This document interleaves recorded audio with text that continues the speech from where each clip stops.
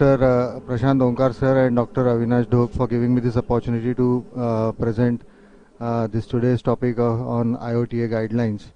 I would also like to acknowledge the contribution of Dr. Nitin Shinde, our junior resident, for helping me in preparing this PPT. So, as you all know, IOTA stands for International Ovarian Tumor Analysis Group. It was founded in 1999 by Professor Timmerman, Professor Valentin, and Professor Thomas Bohn. And the aim of forming this group was to have a uniformity in description of ovarian lesions. And by bringing the uniformity in describing the lesions, they aimed at separating the lesions into benign and malignant masses, and thereby detect lesions which are early malignancies, so that surgery could be done in a dedicated oncological center. And also uniformity in description and diagnosis, early diagnosis would help to follow up the lesions. So in furtherance to their aim, the IOTA came up with number of methods. Initially they came up with definitions and terms and how to measure different things. So they published a paper in 2000, in the year 2000, and this is an original paper, and it dealt with the numerous terms that we use while describing a lesion, and the definitions of those terms, and how to measure the things while evaluating any adnexal lesion. So now, why this uniformity in terms and definition is important? Because if suppose if I report something as a blood clot and the other person reports it as solid tissue, then the diagnosis changes. And so to bring about a uniformity in the diagnosis, it is important that everybody who is seeing that lesion in the adnexa knows what the terms mean and what is the definition of the term and how to measure those things. Later on, having brought an homogeneity or a uniformity in the type of reporting of the adnexal lesions, the IOTA group came up with easy descriptors. This is nothing but pattern recognition, wherein sometimes the lesion is a spot diagnosis on ultrasound, for example an endometrioma or a simple ovarian cyst. Then later on they came up with simple rules for lesions that could not be fitted into the easy descriptors, and for the lesions that did not fit even in the simple rules, they came up with a 3-step strategy. So we are going to see these all these things in later on in the talk. Also they came up with models which gave a risk of malignancy in a particular lesion in percentages, and these models were simple rule risk model, the LR2 model, and the adnex model, which we will be seeing later on in the talk. So coming to the definition of terms, they have defined an adnexal lesion as anything which is inconsistent with normal physiologic function. So anything which is not consistent with normal physiologic function is a lesion. It can arise either from the ovary or from an adnexal tissue like a fallopian tube. Now in this situation there can be 3 scenarios. For example, in the first situation where a lesion is arising from the ovary, the normal ovarian stroma is seen and the lesion is seen separately. In this case we have to measure the lesion separately and the ovary also separately. The ovary, while measuring the ovary, we have to take the lesion also in the measurement. So we have to give the measurement of the lesion and then the measurement of the ovary in 3 dimensions, and these are taken in 2 planes. And when the lesion is separate from the ovary, then of course we can take the measurements differently of the lesion as well as that of the ovary. But when the lesion is sometimes so big that the ovary is not seen, in that case the lesion itself is the ovary, and vice versa. So the measurement of the lesion corresponds to the measurement of the ovary. Next, they defined what is a septum. A septum is anything which is a thin strand of tissue and which runs from one internal surface of the cyst across the cyst and goes to the contralateral side. So this septum is complete when it starts from one surface and touches the contralateral surface. It is incomplete when it is not touching the contralateral surface, and although it may appear to be complete in some scanning planes, the incomplete septum is not complete in other planes, and so such cysts are not labeled as multilocular, but they are labeled as unilocular only. So important point to remember is, if the septum is incomplete, we will label the cyst as unilocular and not multilocular, whereas if the septum is complete, then we can label the cyst as multilocular. Now what does the solid element in a cyst means? It means any tissue which exhibits a high echogenicity, and this high echogenicity is suggestive of presence of tissue. What are the exceptions to this rule? The exceptions are a normal ovarian stroma, it is not labeled as a solid element arising from the cyst. Diffuse wall thickening of the cyst is not labeled as a solid element, and also regular septa are not solid tissue. Now there can be blood clot which may be misinterpreted as solid tissue. Now to differentiate blood clot from solid tissue, they advocate two methods. One is that we have to apply pressure on the cyst, and if it's a blood clot, then there will be movement and internal echoes can be seen moving. Another thing is to apply color Doppler imaging. So if there is blood flow within the tissue, then it means that it's a solid tissue and not a blood clot. But sometimes the Doppler may not be of help. In any case, if there is any confusion whether it is a blood clot or a solid tissue, they advise that it should be labeled as solid tissue.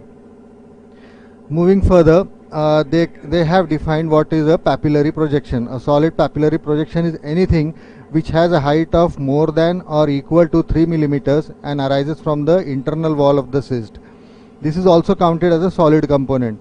If it is less than 3 millimeters in height, it is labeled as irregularity. For example, sludge in the endometriotic cavity.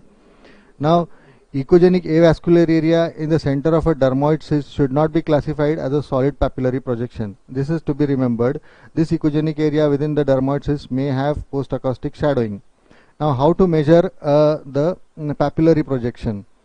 The papillary projection is measured again in 3 dimensions. We have to take 2 perpendicular views of the cyst, and then we have to give the measurement of the papillary projection as height into base into base. Also, we have to count the number of papillary projections that are seen, and also if there is any blood flow in any of the papillary projections. So that has also to be recorded in the report. Next, we have to see the internal wall of the cyst, whether it is smooth or irregular. If papillary projections are present, the wall is naturally irregular. We do not take into consideration the external wall of the cyst. If there is a solid tumor, then the outline of the tumor is defined as either smooth or irregular.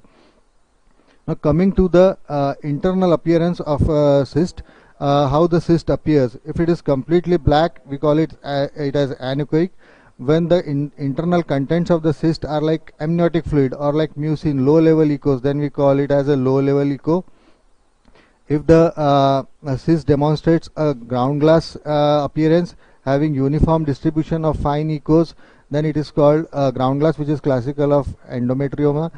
If it's a hemorrhagic cyst, then it will show fine fibrin strands because of presence of hemorrhage and internal echoes. And this is also quite diagnostic of hemorrhagic cyst. Then there can be a mixed appearance of the cyst which can be seen in dermoids or in abscesses.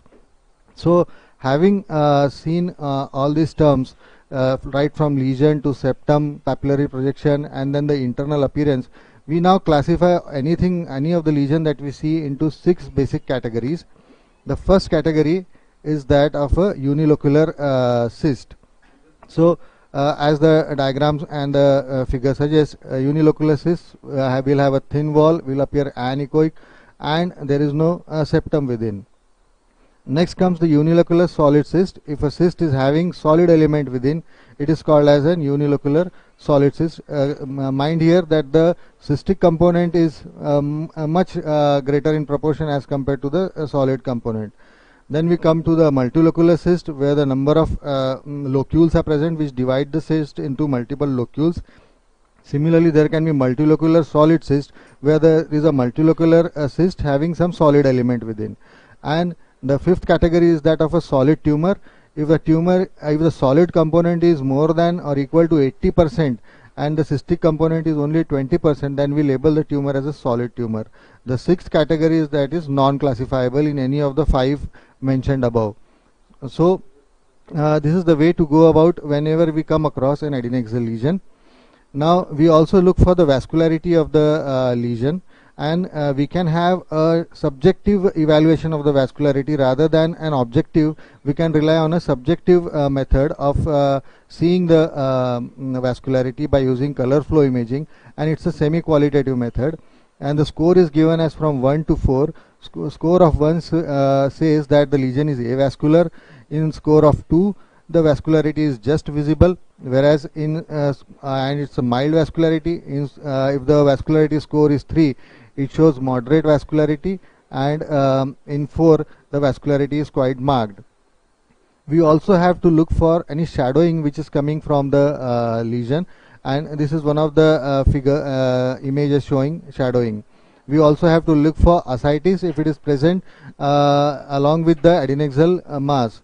Presence of ascites is a very strong indicator of malignancy, and it is one of the features that are suggested in simple rules, which we are going to see later. So presence of ascites is defined as fluid which is outside the pouch of Douglas, that is above the level of uterine fundus.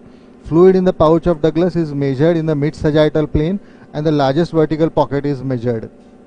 So now we have come to an end of the terms used in describing lesion and their definitions and how to measure them. So when a patient with an adnexal mass comes to us, we now have a uniform method of describing how the lesion is, whether it's unilocular, multilocular, unilocular-solid, solid or multilocular-solid, and so we have a base on which we can apply further methods of IOTA. So the other thing, the method that IOTA came up with was 6 easy descriptors. Now this is nothing but, easy descriptors are nothing but pattern recognition. So here basically 6 features have been described. Of these, the first 4 are those for benign lesions, and the last 2 are those for the malignant lesion. Fortunately for us, a patient presenting with adnexal mass, almost up to 43% of these patients can be diagnosed by applying these easy descriptors. The first benign descriptor is a unilocular tumor with ground glass echogenicity in premenopausal woman. Remember, premenopausal woman, and that is suggestive of endometrioma. Second benign descriptor is a unilocular tumor with mixed echogenicity and acoustic shadow. In premenopausal, again premenopausal woman, suggestive of benign cystic teratoma. Benign descriptor third one is a unilocular tumor with regular walls and largest diameter less than 10 centimeter. Here the dimension of 10 centimeter is important. The cyst is less than 10 centimeter. It is suggestive of a simple cyst or a cyst adenoma. And the fourth benign descriptor is that of a hemorrhagic cyst showing multiple septae of fibrin stands and internal echoes with thin walls. The remaining 2 easy descriptors are for the malignant lesions, and the first malignant descriptor is that of a solid tumor with ascites and a moderate color flow, and in a patient who is postmenopausal. Here the postmenopausal is an important criteria. And the second one is CA 125 level above 100 units per ml in a patient who is more than 50 years of age. So whenever a patient comes, we have described the lesion and we have tried to apply the easy descriptors. We find that the lesion cannot be fit into these 6 categories. So what are we supposed to do next? So next what we are going to do is we are going to apply simple rules to this. But before that, if these descriptors are not applicable or both benign and malignant descriptors are applicable, the diagnosis is not a spot diagnosis, it's not an instant diagnosis, and so we now use the simple rules.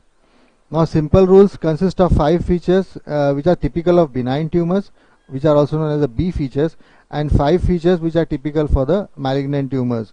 And this again helps us to differentiate adnexal mass into whether it is benign lesion or it's a malignant lesion. The core aim of the IOTA.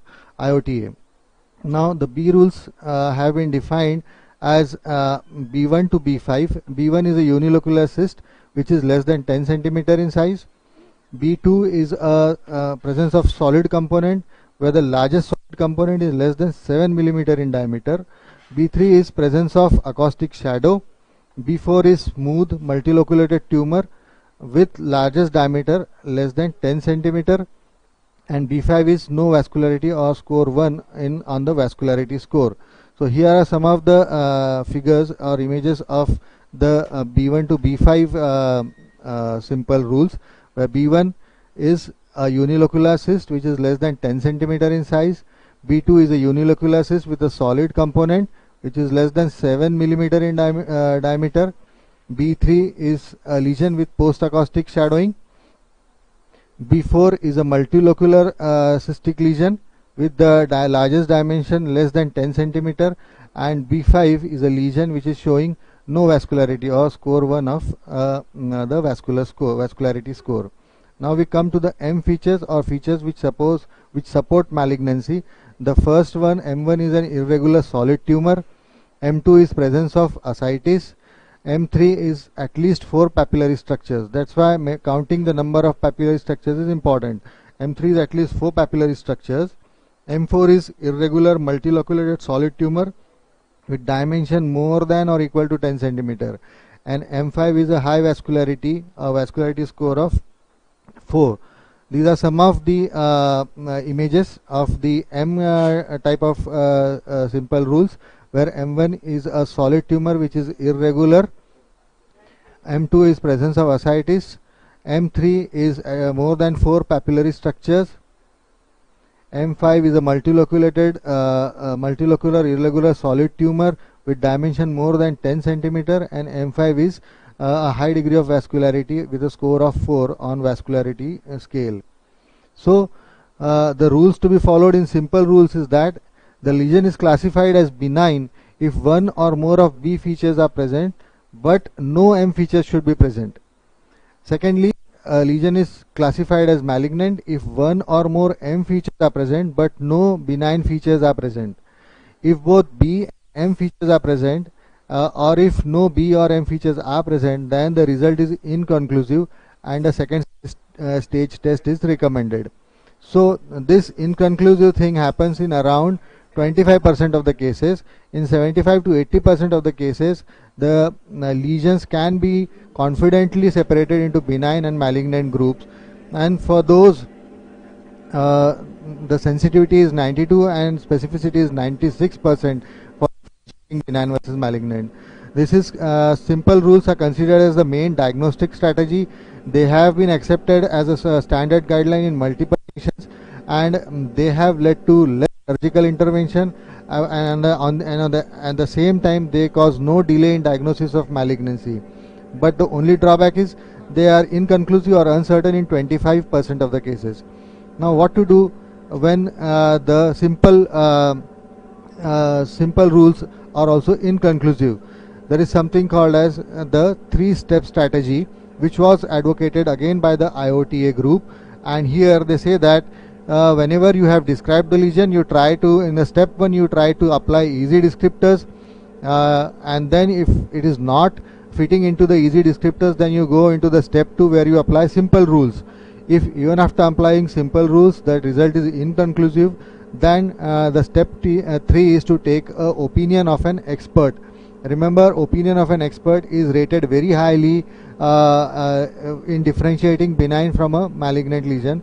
In European countries, they have a level of expertise from level 1 to level 3, where level 3 is an expert and level 1 is a beginner, and they have to perform a certain number of ultrasounds or diagnose certain number of adnexal masses before they are assigned level 1 to level 3 status.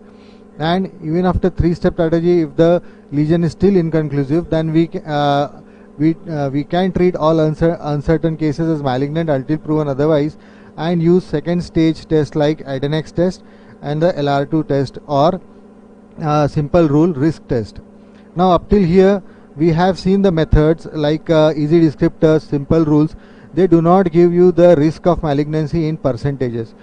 So IOTA came up with some logistic regression models which help them to assign a percentage of risk associated with a particular lesion of malignancy. Okay. So then there came a simple rule risk model. So if you this model is as I told you is a extension of a simple rules, where apart from the 10 features of the simple rules, the type of oncology center where the study is being done is also taken into account. It gives an estimated risk of malignancy. It is one of the best models for differentiating benign and malignant adnexal masses. Now what we have to do is that when we want to apply simple rule risk model, we have to visit the website of IOTA group. Then on the home page we have to go to the research section. The first thing is the IOTA model software. If we click on them, then we get the three models: adnex risk model, LR2 risk model, and simple rule risk calculator. If we click on simple rule risk calculator, the page that we get is like this, and here as you can see, the 5 B features or benign features and 5 M features or malignant features are present, and the feature that is added is the oncology center, whether it is whether the ultrasound is being done in a tertiary center or a primary center. And here we have options of no, absent, present. And as we go on clicking on the appropriate items, and then we click on calculate, we get this type of a chart wherein they give a likelihood of a benign tumor and a estimated likelihood of a malignant tumor, which in this case come out to be around 62.7% risk of malignancy for the given lesion. So it gives the objective assessment of malignancy in terms of risk of malignancy of that lesion. The second logistic regression models that have been developed by IOTA are the LR1 and LR2 models. LR1 is the logistic regression model 1, LR2 is logistic regression model 2. Here they use some clinical variable like age, as well as some other variables which are found on ultrasound. So LR2 is simple to use as compared to LR1, and it is therefore widely used.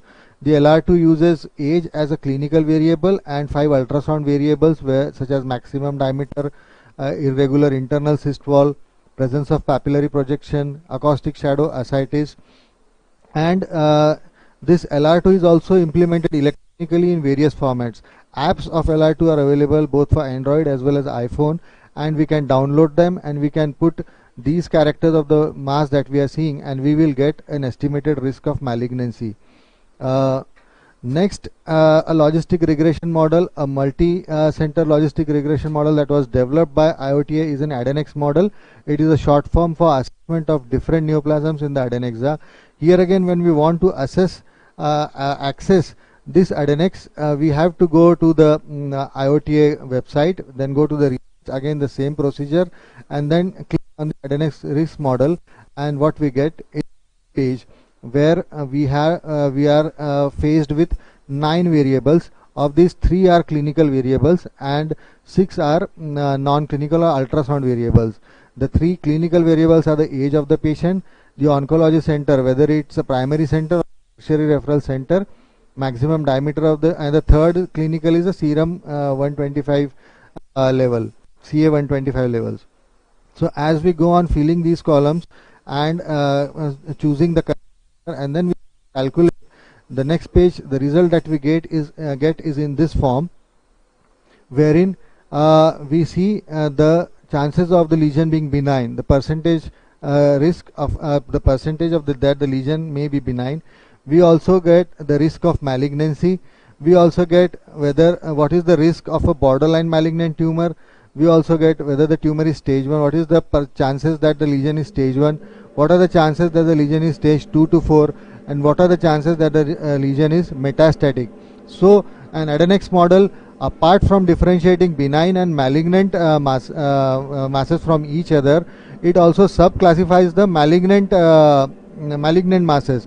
Like it gives first it gives the risk of malignancy, and then it classifies them into whether it is a borderline malignant, whether it is stage 1, whether it is stage 2 to 4, or whether it is metastatic tumor. As we can see in this page showing the result of an adnex test, where they have given the chances of the lesion being borderline, chances being stage 1, chances being stage 2 to 4, and also whether it is a secondary tumor. So to conclude then, Whenever we are faced with a patient with adnexal lesion, we have to first describe the lesion using standard terms. Remember the standard terms that are used, like septae, papillae, echogenicity, also the measurements of the papillae, the measurements the measurements that are to be taken, septae which are to be seen when the ultrasound beam is perpendicular to the septa rather than being longitudinal to the septa. Then having described the adnexal lesion, then we try to classify that lesion, whether it is uni or multilocular, whether it is solid, whether it is having papillary projections, internal appearance, shadowing, vascularity, and ascites. Now, having recorded all these things, what we do next is we apply the easy descriptors. The easy descriptors will help us to do an instant diagnosis, provided that those are applicable in that case. So we can instantly diagnose an endometrioma, we can instantly diagnose a dermoid, we can instantly diagnose a simple cyst, we can instantly diagnose a hemorrhagic cyst. We can also instantly come to a conclusion of malignancy if the patient is postmenopausal, showing a solid ovarian tumor with ascites and a high vascularity. If, however, the lesion is not fitting into easy descriptors, go for simple rules. The simple rules will be able to differentiate the lesion into benign and malignant 80% of the time. But in the remaining 20 to 25%, the result may be inconclusive. If that is the case, go for 3-step strategy, where you take an opinion of an expert from a tertiary care center, and we can apply models like Adenex model or simple rule risk model to arrive at the risk of malignancy from this model. And lastly, ask for the histology. But always remember, in all this jargon of things, never forget to take a proper history of the patient. The age of the patient, the presentation of the patient is also important to be are important points which are not to be missed. So thank you so much for your patient listening. Thank you so much. Hare Krishna.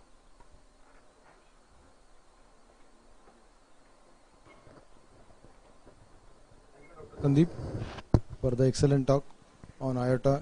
It appears complicated, but as we try to use it, it will appear simple.